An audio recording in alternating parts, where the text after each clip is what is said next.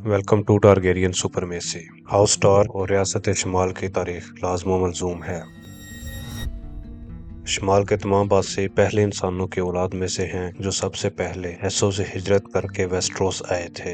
Legend के मुताबिक पहले इंसानों का सबसे पहला बादशाह गार्थ ग्रीन हैंड था, जिसने पूरे वेस्ट्रोस पर हुकूमत की और उसकी औलाद में से कई बादशाह पैदा हुए। इस जमाने को डॉन एज कहा जाता है और पहले इंसान डॉन से वेस्ट्रोस में दाखिल हुए और फिर बरियाज़म पर फैलते गए। शमाल उनके दाखिल होने के पॉइंट से सबसे दूर इलाका है, लेकिन अब वहाँ ही पहले इंसान कसरत से पाए जाते हैं, जबकि बाकी रियासतों में पहले इंसानों का खून नए हिजरत करने वाले एंडल्स और रोइनात से मिलाप कर चुका है और इनकी अक्सरियत भी पहले इंसानों के पुराने खुदाओं की बजाय नए खुदाओं को पूजते हैं। याद रहे कि एज ऑफ हीरोज के ज़माने की तकरीबन तमाम रवायात लेजेंड और मिथ के ज़मरे में आती हैं, जो कि ठीक या गलत भी हो सकती हैं। फर्स्ट मैन के पहले बादशाह गार्थ ग्रीन हैंड की कब्र भी शमाल के ही इलाके बोरोलैंड्स में है। गार्थ ने पूरे वेस्ट्रोस पर हुकूमत की और उसके दौर के आखिरी साल शायद इसी जगह गुजरे जहां अब उसकी कब्र है।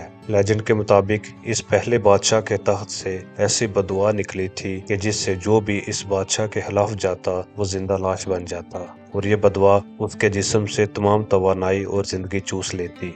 इसी तख्त वाली जगह पर, जो कि हमवार मैदानों के बीचों बीच खड़ा था, वहां गार्थ यानी कि पहले बादशाह की कब्र बनाई गई और इसी निस्बत से इन हमवार मैदानों को बारोलैंड्स पुकारा जाने लगा। गार्थ के बाद इस जगह पर बारो किंग्स ने हुकूमत की, जबकि बाकी शमाल पर कई बादशाहों की अपने अपने इलाकों में हुकूमत थी, जिनमें हाउस स्टार्क भी शामिल था। गार्थ की तरह ही ये बारो किंग्स भी अपने आप को तमाम फर्स्ट मैन का बादशाह कहलवाते थे, हता के हाउस स्टार्क और उनके इलाकों पर भी अपना हक जमाते थे। और यही से शुरू हुआ स्टार्क्स और बारो किंग्स का पहला तनाज़ा और इनके दरमियान होने वाली जंगों का दौर दास्तान गोवों के मुताबिक 1000 साल तक जारी रहा, लेकिन मिस्टर्स ऑफ सिटाडेल के मुताबिक ये जंगें 1000 की बजाय 200 साल तक जारी रहीं और आखिरकार आखिरी बारो बादशाह ने किंग ऑफ विंटर के सामने घुटने टेक दिए और अपनी बेटी का हाथ स्टार्क बादशाह के हाथ में दिया। लेकिन इससे भी स्टार्क्स की पूरे शमाल पर हुकूमत कायम न हुई और कई छोटे बड़े राजा अपने अपने इलाकों पर हुकूमत करते रहे, जिन्हें खत्म करने के लिए स्टार्क खानदान को मजीद हजारों साल तक जंगें करना पड़ी। उन बड़े हाउसेस जिनसे बादशाहत का हक छीना गया, उनमें house Flint, house Locke, house Umber of Last Hearth, house Glover of Deepwood, पथरीले साहल के मछेरे और Blackwoods of Raventree हैं। हाउस ब्लैकवुड के रिकॉर्ड के मुताबिक स्टार्क से पहले ब्लैक वुड्स ही बेड़ियाई जंगल यानी वुल्फ्स वुड के ज़्यादातर हिस्से पर हुकूमत करते रहे, लेकिन फिर उन्हें उनकी ज़मीनों से बेदखल कर दिया गया। लेकिन इन तमाम जंगों और शमाल पर हुकूमत करने से ज़्यादा अहम जंगें थीं स्किन चेंजर और वार्ग्स के खिलाफ। वार्ग उस इंसान को कहते हैं जिसमें दूसरे जानदारों के दिमागों में घुसकर उनको कंट्रोल करने की सलाहियत होती है। वार्ग से भी अगला कदम स्किन चेंजिंग का होता है, जिसमें वही इंसान किसी दूसरे इंसान के ख्वाबों में घुसकर उससे कलाम कर सकता है और वियरवुड दरख्तों के नेटवर्क तक उसके रसाई होती है, जिससे वो माजी और हाल के वाक़यात बराह रास्त देख सकता है। चिल्ड्रन ऑफ फॉरेस्ट में यह सलाहियत आम थी और वो इन वियरवुड दरख्तों को फर्स्ट मैन के खिलाफ जंग में उनकी जासूसी के लिए इस्तेमाल करते थे। यह सलाहियत अब हाउस स्टार्क में भी आ चुकी थी, लेकिन हाउस स्टार्क में यह सलाहियत कैसे आई, इसकी तफसीलात हाउस स्टार्क की तारीख के पहले हिस्से वाली वीडियो में शामिल हैं। स्टार्क की इस सलाहियत ने ही उन्हें दूसरे बादशाहों पर फोकियत दी, क्योंकि अब वो भाली फौज की हरकत पर नजर रख सकते थे। स्टार्क्स के अलावा भी कई ऐसे लोग थे जिनमें ये वार्ग और स्किन चेंजर सलाहियत पाई जाती थी, और वो भी दफ्तन फवक्तन स्टार्क्स के मुकाबले पर आते रहे। इन्हीं में से एक का नाम गेवन ग्रेवुड्स था। वो बेड़ियों में स्किन चेंज कर लिया करता था और इस तरह उसने बेड़ियों की फौज तैयार की। उसके मुकाबले में एक स्टार्क बादशाह आया और हाउस स्टार्क का निशान भी बेड़िया है, इसलिए इनके दरमियान लड़ी जाने वाली जंग को बेड़ियों की जंग कहा जाता है और स्टार्क ने गेवन ग्रे वुल्फ को शिकस्त दी। इसी तरह नाइट्स वॉच के किले नाइट फोर्ट में मौजूद कुछ पुराने रिकॉर्ड्स में स्टार्क बादशाह ने एक और वार्ग बादशाह और उसके साथियों चिल्ड्रन ऑफ फॉरेस्ट के खिलाफ जंग लड़ी। जब इस वार्ग बादशाह को शिकस्त हुई तो इसे इसके बेटों, इसके साथियों और इसके जानवरों जिनमें इसने वार किया हुआ था सबको मौत के घाट उतार दिया गया, सिवाय उसकी बेटियों के जिनको इनाम के तौर पर साथ ले जाया गया। इसके अलावा जायंट्स को भी स्टार्क्स ने मारकर दीवार के पार भगा दिया और फिर बाकी छोटे इलाकों के बादशाहों का भी कला कमा किया। लेकिन स्टार्क्स के सबसे बड़े दुश्मन ब्रेडफोर्ड के सुर्ख बादशाह थे, जिन्हें बोल्टन्स कहा जाता है। उनका इलाका अमूमन मशरक की जानिब था, जिसमें दरिया सफ़ेद चाकू यानी वाइट नाइफ भी आता था, और इसी पर स्टार्क्स और बोल्टन्स का तनाज़ा शुरू हुआ, या फिर कई रवायात के मुताबिक इससे भी पहले लॉन्ग नाइट तक जाता है। पूरे शुमाल में बोल्टन्स ने ही स्टार्क खानदान को बराबर की टक्कर दी। एक बोल्टन बादशाह रोइस बोल्टन ने विंटरफेल को जलाया, जबकि इसी नाम से एक और बादशाह रोइस चहारम बोल्टन, जो कि जिंदा इंसानों के सीने में हाथ डालकर उनका दिल निकाल लिया करता था, ने भी विंटरफेल को जलाया। जबकि बाद में आने वाले बोल्टन बादशाह स्टार्क्स की खालों से बने क्लॉक पहना करते थे। स्टार्क्स की खालों से बने क्लॉक पहनने पर मुख्तलिफ थ्योरीज पाई जाती हैं कि वो ऐसा क्यों करते थे। एक सादा वजह तो ये है कि बोल्टन खानदान का निशान ही बगैर खाल के उल्टा लटका हुआ आदमी है, और अपने जिंदा दुश्मनों की खालें उतारना और उन्हें अजियत देकर मारना उनका मशगला था। बहुत सारे बोल्टन बादशाहों ने इस सिलसिले में हैबतनाक दास्तानें रकम की, और यही सलूक उन्होंने स्टार्क्स के साथ भी किया कि जो भी स्टार्क पकड़ा जाता उसकी जिंदा खाल उधेड़ दी जाती। इनके मुकाबले में स्टार्क्स की सबसे बड़ी ताकत उनकी स्किन चेंजर सलाहियत थी, और कुछ थ्योरीज के मुताबिक बोल्टन बादशाह जब किसी स्टार्क की खाल उतार कर खुद पहनते तो असल में वो उस स्टार्क जैसा दिखने लगता, जिसके पास बाकी स्टार्क्स जैसे ही स्किन चेंजर सलाहियत होती।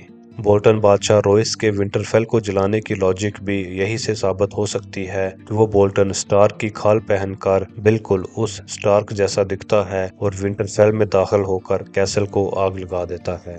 बहरहाल, जैसा कि पहले बयान कर चुका हूँ कि ये तमाम रवायात अब लेजेंड के ज़मरे में आती हैं और उनके सच्चा या झूठा होने को साबित नहीं किया जा सकता, और इन रवायात से आगे जो थ्योरीज बनाई जाती हैं उनमें सच्चाई का अंसर और भी कम हो जाता है।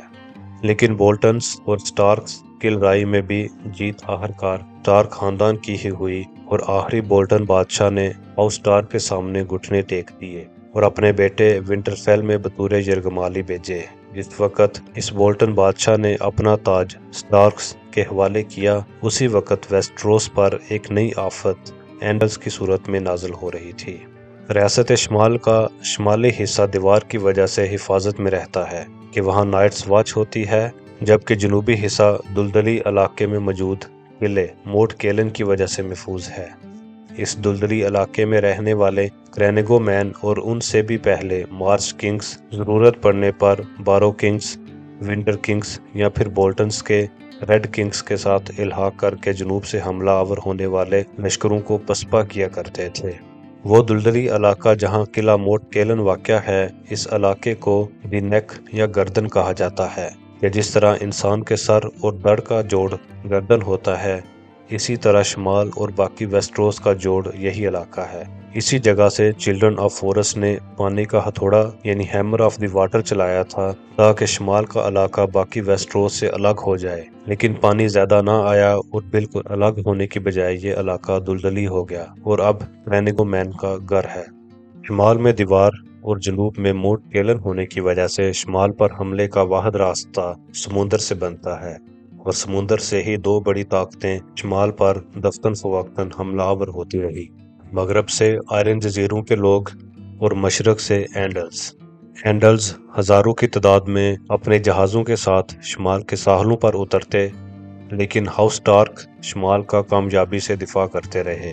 एक स्टार्क बादशाह थ्योन स्टार्क की एंडल्स के खिलाफ ये जंगें ही वजह शोहरत हैं। उसने बोल्टन्स और दूसरे शुमाली लॉर्ड्स के साथ मिलकर एंडल बादशाह आर्गोस 7 स्टार को शिकस्त दी और एंडल्स को इतना कत्ल किया कि उसका नाम ही भूखा भेड़िया पड़ गया। इस लड़ाई के बाद थ्योन स्टार्क ने अपने बहरी जहाज तैयार किए और आर्गोस का कटा हुआ सर एक नेज़े पर लटकाकर एंडल्स के मुल्क एंडालोस जा पहुंचा। اور ان سے شمال پر حملہ کرنے کا بدلہ لیا۔ وہاں قتل کیے گئے مزید وار لارڈز کی لاشیں اپنے ساتھ لیں اور پورے شمالی ساحل پر لٹکا دی تاکہ آنے والے اینڈلز اس سے عبرت پکڑیں۔ پھر اس تھیون سٹارک نے شمال اور ویل کے درمیان موجود 3 جزیروں جنہیں 3 سسٹر کہا جاتا ہے انہیں فتح کیا اور ویل میں جا کر وہاں موجود اینڈل لارڈز کے خلاف لڑائیاں لڑی۔ اس نے شمال میں اٹھنے والی بغاوتوں کو بھی کچلا اور پھر دیوار پر جنگلیوں کے خلاف نائٹس واچ کے ساتھ مل کر جنگ لڑی اور ان کی طاقت بھی ختم کر دی۔ تھیون سٹارک سے بھی پہلے ایک بادشاہ جان سٹارک نے دریا وائٹ نائف جہاں سمندر سے ملتا ہے وہاں ایک قلعہ ولفز دین یعنی بیڑیے کا قلعہ بنایا اور مختلف لارڈز کو اس قلعے کا رکھوالا بنایا تاکہ مشرق سے اینڈلز اور دوسرے دشمنوں کے حملوں سے روکا جا سکے۔ اس دریا کے ذریعے شمال کے بالکل درمیان تک پہنچا جا سکتا ہے، اس لیے ویل سے اینڈلز اس پر حملہ کرتے رہے۔ ایک اینڈل بادشاہ اوسگوڈ ایرن نے اس قلعے ولفز دین کا محاصرہ کیا اور پھر اس کے بیٹے نے اس پر قبضہ کر کے اسے آگ لگا دی۔ بعد میں 3 سسٹرز جزیروں کے قزاقوں نے بھی اس قلعے پر قبضہ کیا، لیکن ہر بار سٹارک بادشاہ ان حملہ آوروں کو شکست دے کر شمال سے بھگاتے رہے۔ بوکا بیڈیا یعنی تھیون سٹارک اپنے دور بادشاہت میں آئرن جزائر کے لوگوں کے خلاف بھی لڑا۔ آئرن مین نے بیئر آئی لینڈ اور کیپ کریکن پر قبضہ کر لیا تھا۔ وہ اپنے بڑے بحری جہازوں میں آئے اور شمال کے مغربی ساحلوں تک قبضہ کرتے گئے۔ ساحلوں پر رہنے والے شمال کے لوگوں نے ان کی عطیت قبول کر لی اور انہوں نے ونٹرفیل کے ساتھ واقع جنگل کو تقریباً جلا دیا۔ آئرن مین نے بیئر آئی لینڈ کو اپنی بیس بنا کر شمال کے دوسرے علاقوں پر حملے جاری رکھے اور پھر تھیون سٹارک نے جوابی کارروائی کا فیصلہ کیا۔ اس نے بادشاہ ہیرگ ہورے کے بیٹے راووس کو اپنے ہاتھوں سے قتل کیا اور آئرن مین کو شمال سے بھگا دیا، لیکن پھر بعد میں ہیرگ کا پوتا بھی شمال پر قبضہ کرنے آیا جسے بادشاہ روڈرک سٹارک نے پسپا کیا اور باقی علاقے بھی آنے والے سٹارک بادشاہوں نے ان کے جنگل سے چھڑوائے۔ آئرن مین کے شمال پر حملے کرنے اور لوٹنے کی روایت اب بھی پائی جاتی ہے کہ جب بھی شمال میں سٹارکس کسی جنگ میں مصروف ہوتے ہیں، آئرن مین اپنے تیز رفتار جہازوں کے ساتھ لوٹ مار کرنے پہنچ جاتے ہیں، اور اس کی ایک حالیہ مثال A Song of Ice and Fire میں ہے کہ جب راب سٹارک ریور لینڈز میں جنگ میں مصروف ہوتا ہے تو آئرن مین پیچھے سے ونٹرفیل سمیت شمال کی تمام کیسلز پر قبضہ کر لیتے ہیں۔ ان جنگوں کے علاوہ بھی کئی سٹارک بادشاہ اپنے اپنے دور میں کیے گئے کارناموں کی وجہ سے مشہور ہیں۔ شمال کے باقی بادشاہوں کو اپنی عطیت پر مجبور کرنے کے بعد بھی شمال کے ایک علاقے میں سٹارکس کے علاوہ اور بادشاہ حکومت کرتے رہے، اس لیے نہیں کہ وہ سٹارکس سے زیادہ طاقتور تھے بلکہ اس لیے کہ وہ سٹارکس کے اتحادی رہے، لیکن بعد کے زمانے میں ان کی باری بھی آئی۔ اس کے علاوہ ایک وقت ایسا بھی آیا کہ سٹارک بادشاہوں کو اپنے ہی خاندان والوں کے خلاف جنگیں کر کے بغاوتیں کچلنا پڑی، لیکن ان تمام داستانوں کو اور ہاؤس سٹارک کے علاوہ ریاست شمال کے بڑے ہاؤسز اور ان کی کیسلز کی کہانی بیان کریں گے ہاؤس سٹارک اور ریاست شمال کی آنے والی ویڈیوز میں۔ ہمارے ساتھ رہیے گا، شکریہ۔